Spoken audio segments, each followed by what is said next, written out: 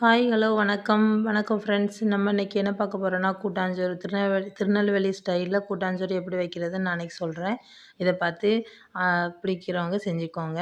அரிசி, பருப்பு ஊற வச்சுட்டு, அதுக்கு தேவையான தண்ணி ஊத்திட்டு, அதுக்கப்புறம் அதுக்கு தக்காளி தண்ணி பச்சை மிளகாய், பூண்டு, கேரட்டு, பீன்ஸு, தக்காளி, சின்ன வெங்காயம், பெரிய வெங்காயம், கத்திரிக்காய், உருளைக்கிழங்கு இருந்தா போட்டுக்கோங்க. என்கிட்ட உருளைக்கிழங்கு இல்ல. மாங்காய், வாழைக்காய் என்ன வேணாலும் போட்டுக்கலாம். நான் என்கிட்ட இருந்த காய்கறி மட்டும் உள்ள போட்டு, அதுக்கப்புறம் கொஞ்சம் மஞ்சத்தூளு, கல் உப்பு, அப்புறம் ம பெருங்காயத்தூளு எல்லாமே போட்டு நம்ம வந்து குக்கர்ல 3 விசில் இல்லன்னா 4 விசில் நல்லா கொஞ்சம் குழைவா வர்றதுக்காக கூட ஒரு விசில் விட்டுக்கலாம்.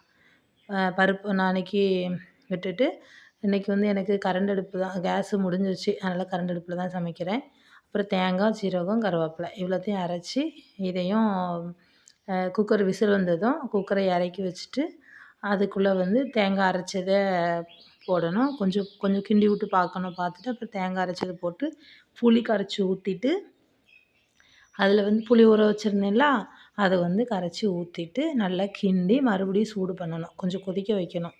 கொதிக்க வச்சு, கடுகு, சின்ன வெங்காயம், கருவேப்பிலை, வரமிளகா இவ்வளோ போட்டு தாளிச்சு, எனக்கு கரண்ட் அடுப்புல வைக்கிற யூஸ் பண்ற இது இல்லைங்க வடச்சட்டி இல்லைங்களா, அதனால நான் சில்வர் குக்கர்லயே வச்சுட்டேன்.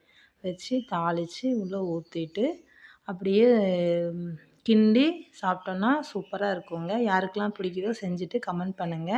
நான் அன்னைக்கு ஸ்கூலுக்கும் அதையே வச்சு விட்டுட்டேன். வேறு எதுவும் பொரியல் பண்ண முடியல. அதனால ஒரு முட்டை மட்டும் வேக வச்சு ஸ்கூலுக்கு அனுப்பிட்டேன். Thank you friends.